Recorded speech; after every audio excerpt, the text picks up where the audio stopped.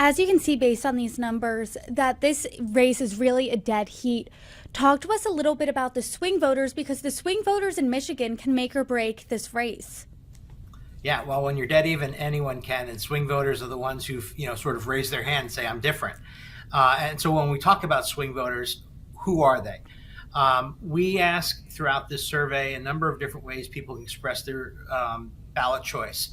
We two votes for president, with the third party candidates, a head to head, Senate race, a generic congressional ballot, and so lots of different ways to say I'm voting Republican or Democrat.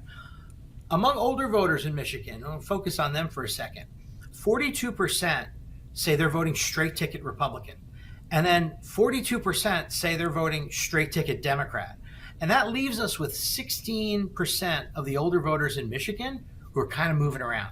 Some of them are voting Republican on one and Democrat in the other. Maybe it's Democrat on one and undecided in others. And so they are not choosing the I'm a party person and I'm just going to go down the party line. And that's who campaigns in the final weeks of the election are really going to be focused on. What's interesting about swing voters in Michigan is how zeroed in they are on the economy.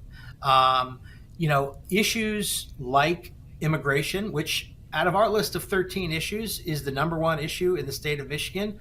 But if that's your issue, you're voting for Trump. Almost all of those voters are voting for Trump. And then we have issues like abortion, reproductive rights, and threats to democracy.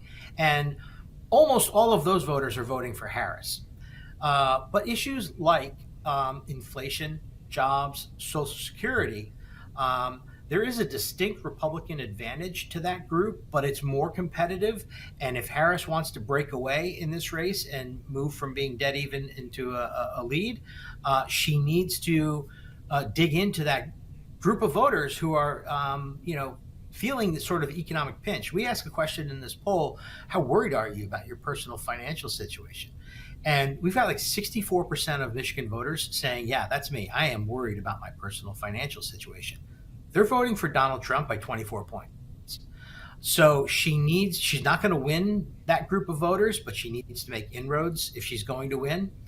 And I really think that, number of data points in this poll which show that I think Trump has sort of more upside here because the economy is such a big issue across the political spectrum.